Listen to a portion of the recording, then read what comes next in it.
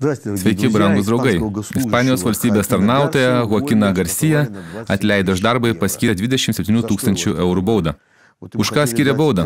Pasirodo, jį ketino apdovanoti už 20 metų garbingo darbo, o išsiaiškino, kad jis jau 6 metus nebeteina į darbą, bet jam moka atlyginimą. Dirbo valstybinio valymo įrenginio prižiūrėtoju.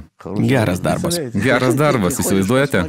Ateini, pažiūri, viskas švaru, ramu. Pasirodo, jis visai neidavo. Staiga išaiškėjo ir dabar iš jo nori išreikalauti tos pinigus, kuriuos jam mokėjo. Jeigu žmonija patikrintų, kokie užsiėmimai, kokie gaminiai, kokie automobiliai būtini žmogui iš tikrųjų ir kas nebūtina pašalintų, jeigu padarytų tokią reviziją, tai praktiškai mes suprastume, kad vos 1–2 procentai pasaulio gyventojų gali aprūpinti mus viskuo, kas būtina.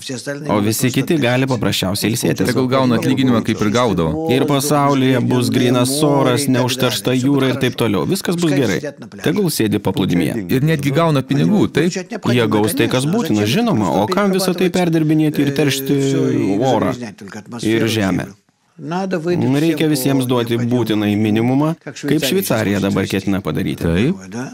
Taip, ji nori įvesti 2000 eurų, nežinau tiksliai. Visiems privalomai, visi gautų, kiekvienas pilietis. Taip. Štai ir viskas.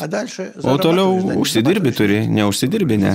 Sėdėk namie. Laisvo laiko problema, žinoma, iškils. Na, bet šveicarai tų problemų neturi. Man labai patinka viena jų televizijos programa.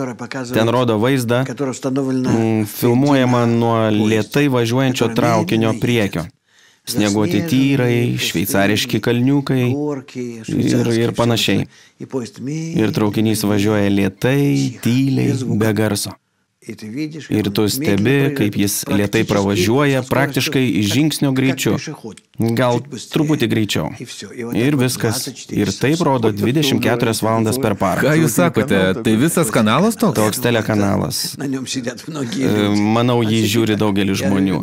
Jie sėdi sustingę, aš stebėjau tos žiūrovus. Ir važiuoja traukiniu, taip? Štai taip.